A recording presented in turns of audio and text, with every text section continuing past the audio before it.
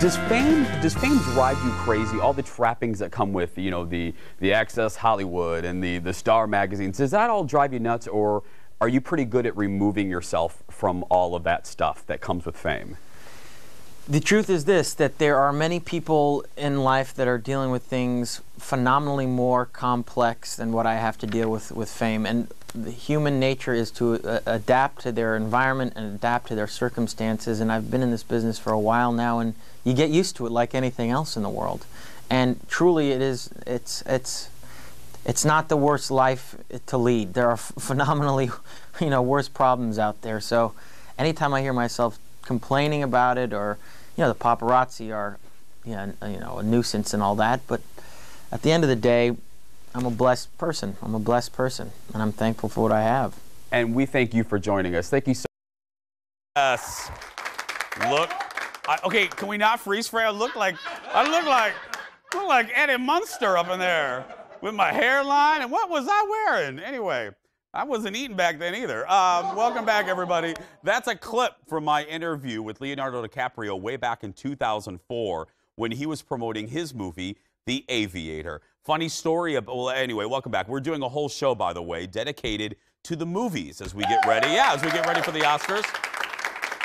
I will tell you, and you know me, people always love behind-the-scenes stories. The story with that interview is, people ask all the time, I do a Q&A with our studio audience, or if I see you guys out at Target or whatever, people always ask. A common question is, who's your favorite? Who's your least favorite interview, or have you interviewed this person? People have asked me many times over the years if I've interviewed Leonardo DiCaprio. I always say no. I forgot about that interview because over 20 years, you forget who you talk to. Well, I got to tell you, we dug through the archives big time. Our executive producer, Jeff, has spent a lot of time in archives lately, finding the most memorable interviews with stars over the past 20 years. It's a chance to reminisce and poke a little fun at all my hairstyles, weights, clothes. We'll get to all of that. First up, we board the Wayback Machine to 2002 when the Eden Prairie Center reopened after a huge remodel. Now, why am I mentioning Eden Prairie Center in the setup to this interview? Well, the mall had a brand new theater and celebrated by bringing in Dee Wallace Stone. And if you're like, who's that? Well, she's the actress who played, now don't roll this yet, Leo. She's the actress who played Elliot's mom in E.T. This is the interview where Jeff, our executive producer, said, I was wearing pants like 14 sizes too big for me. So I have not seen this in 17 years. Let's look at this. Just when he thought movies couldn't get any more fun or technical, comes this. The new AMC Theater is the crown jewel of the brand new remodeled Eden Prairie Center. We're going to be talking to Dee Wallace Stone, the mother from E.T. Come on. So my first question I have to ask, every time Drew Barrymore is interviewed, she says that she felt like E.T. was real as a 7-year-old. Now, did you feel that as, one of the adults in the cast? Actually, yeah. Because we never saw the hydraulics, we never saw the wires, we never saw the men that were running E.T. That was all behind a scrim off stage.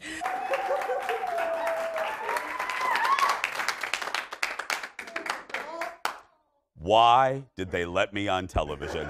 What was I wearing? That I looked like I was going to bingo. And those pants, those pants, they were like, what were they? Like Sears Husky, you know what I mean? Like, oh, it was horrible. My hair, I look like a little Dutch boy. Anyway, I look like I should be in the paint bottle or the paint bucket, yeah. Oh, to my bosses back then, thank you for keeping me on TV. I had no right. Okay, let's stay in 2002. Oh, great. I got a chance, this one. I got a chance to interview Britney Spears in person. In person. Now, this was, I got to tell you, this was my first, they call it a junket, where you go, you see the movie in like L.A. or whatever. This was in New Orleans. This was my first time at a big movie junket, so I was very excited. You're going to watch this, and then wait till you hear, I'll tell you on this side, what happens moments after the camera stopped rolling. Look at this. How involved were you in Crossroads, the production, and did you enjoy that? That was the best thing about the movie, is how creative I got to be with it, as far as the casting, as far as the clothes, as far as the music, everything. It was like my project, So that's why it was so appealing to me instead of just doing a script that was given to me, you know. How quickly did you click with the cast? Immediately. I knew right when Taryn walked in. I was like, this is the girl. Okay. So the camera stopped rolling right after that interview, and I really liked Brittany at the time. I enjoyed her. I was nervous. And when you talk to these stars, you're sitting on director's chairs, not the most sturdy of chairs. And I was so nervous, and there's audio people all around you. It's a small hotel room. And the audio guy went to take off my mic, and I moved a little bit, and I flipped backwards in my director chair, and I was on the floor. I was on the floor like a turtle, and Brittany hovered over me, and she's like, "Are you okay?" And I looked at her and go, "I'm fine." And then she left the room, and like the crew had to pick me up. It was horrible, horrible. So embarrassing, yeah. She cared about me for like a second. She's like, "You okay? Bye." Yeah. One more from 2002, and this is interesting. I interviewed J-Lo, I interviewed Jennifer Lopez about her new movie, Enough, okay? And I noticed she kept staring at her wedding ring from then-husband, Chris Judd. I asked her about it and also what else she was getting ready to work on. Listen closely, because it all ties together. During our interview, I noticed Jen kept looking down at her wedding ring. And who wouldn't? That thing's big enough to hock and feed a small European village. You said, look at your rings. No, it's just a habit, like a nerd. Actually, I'm doing a romantic comedy that'll be out at Christmas time. And then after that, I have a movie with Ben Affleck coming out called Gigli. We bet you do. That's right. That led to Jenny from the Block, which then led to them hooking up, which then led to them breaking up. Yeah. Gigli's a horrible movie, if she only knew. And really quick, we got to go. Isn't it amazing you look at that? Jen looks better now than she did in 2002. Seriously, she looks fantastic. Well, we're not done digging up my big pants past. After the break, two of the funniest moments ever involving my interviews with the late Robin Williams and Jake Gyllenhaal, plus what I consider one of my worst interviews and moments on television ever. What is it? You'll find out when our movie extravaganza comes back. Welcome back, everybody. We are celebrating the movies today. The silver screen. We're doing this ahead of the Academy Awards on Sunday. Well, I've been lucky enough, really, I do, as we laugh, and I do, look, when I'm 80 years old in Sunset Acres with my buddy Jeff, and we're eating our cottage cheese, I will be an old man with no regrets, because I've been very lucky to kind of live out my dream, and you're watching kind of the succession of it. And I've been lucky enough through this career to interview almost every star in Hollywood, and I'm sharing some of my most memorable and some of my most embarrassing interviews as we celebrate the movies. This next one comes from 2009 when I traveled to Washington, D.C. for another one of those junkets I told you about for the premiere of Night at the Museum, Battle of the Smithsonian. Now, I'm going to show you this clip with Owen Wilson and the late Robin Williams. They were paired together. And just watch this, and when we come back from it, I will tell you how I basically said nothing in that 4 minutes. Look at this.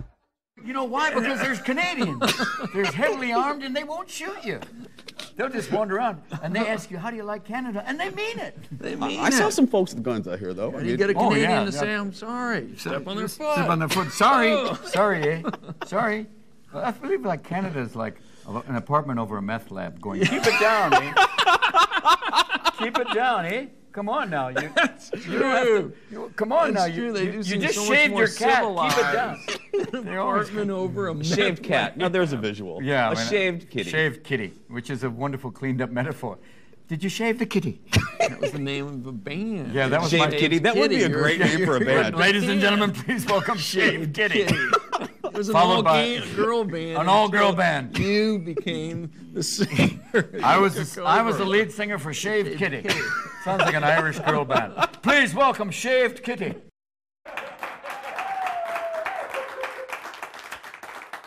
What was great, you know, when I talk about that interview, it was, again, I feel really lucky that I got to talk to Robin. what's funny about it, and you hear everybody that has ever interviewed Robin, from Oprah to, I don't know, Sally Jesse. When you interviewed Robin, you really didn't prepare because you didn't say anything. And that was the case here. I walked in, and, you know, when you walk into these rooms to do an interview, the coordinator goes, okay, it's Jason from Minneapolis. And when I said that, or when the coordinator said that, Robin goes, Jason from Minneapolis. And he stood up, and he did this whole riff on Prince for about 4 minutes. My time was basically over, and they gave me more time, but I didn't say anything. It was crazy. Okay, we're moving now. We're going to go back a little bit to 2004. I was interviewing, this is probably one of my favorite moments here at Fox 9. I was interviewing Jake Gyllenhaal, okay, about his new movie, The Day After Tomorrow. But when the interview was getting started, now follow along here, he wasn't, okay, so, you know, I'm wearing an earpiece, Jake's wearing an earpiece. They had put in not the sound of me, but they put in the sound of the Maury Povich show. Watch. Jake, can you hear me? Hi, Jason. Good morning, Jake. How are you? What is this, Maury Povich?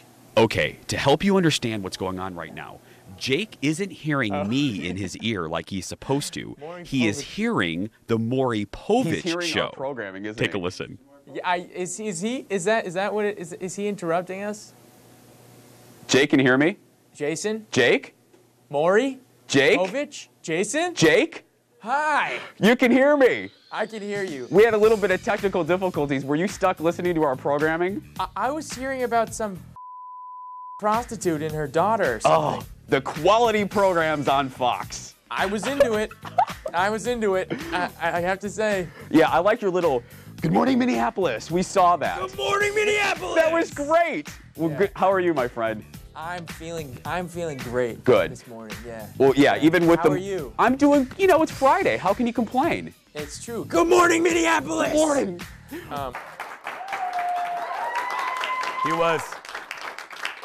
He was such a good guy, and every time I interviewed him over the subsequent years, I always brought that up, and he remembered it. Like, look, whenever Star goes, oh, yeah, I remember you, they're usually just pulling your leg. He actually remembered it because every time I would bring that up, I go, you know, we were doing this interview, and they put in a talk show. He goes, Maury! They put Maury in my ear, and yeah. So I put him and Daniel Radcliffe kind of in the same category.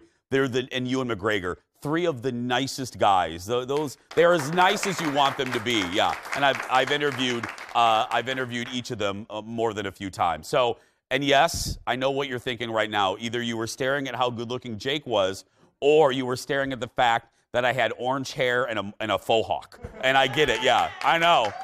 I love that faux hawk, though. I rocked that for a long time, and I don't know what I was thinking dyeing my hair. I really do not know. So those were a few of my favorite interviews. Now on to the worst. Back in 2002,